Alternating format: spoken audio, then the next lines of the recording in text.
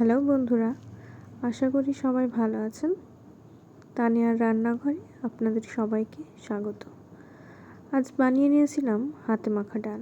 তার জন্য নিয়ে নিয়েছিলাম মসুর ডাল, মুগ ডাল এবং খেসারির ডাল। সেগুলোকে ভালোভাবে ধুয়ে জল ঝরিয়ে নিয়ে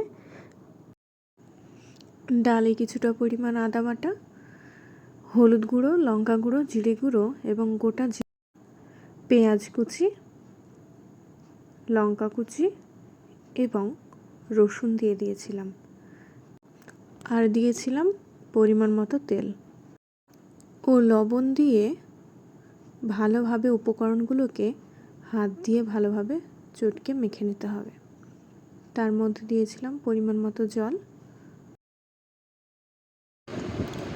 এই পর্যায়ে মিশ্রণটি মাখা হয়ে গেলে চুলোয় বসিয়ে দিলাম। 10 মিনিটের জন্য সেটাকে ঢাকা দিয়ে বসিয়ে নিলাম। ডালটা সেদ্ধ না হলে তাতে সামান্য উষ্ণ গরম জল দিয়ে দিতে হবে। ডালটি সেদ্ধ হয়ে এলে নতুন কড়াইয়ে পেঁয়াজ ভালোভাবে নেড়ে সেটাকে ভেজে নেব। এখন পেঁয়াজ ভাজা হয়ে গেছে।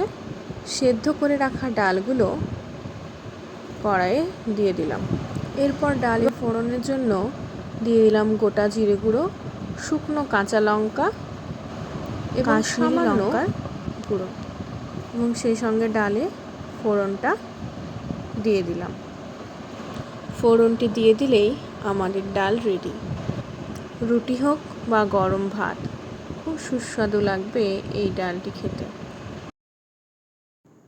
ভিডিওটি ভালো লাগলে অবশ্যই কমেন্ট বক্সে জানাবেন।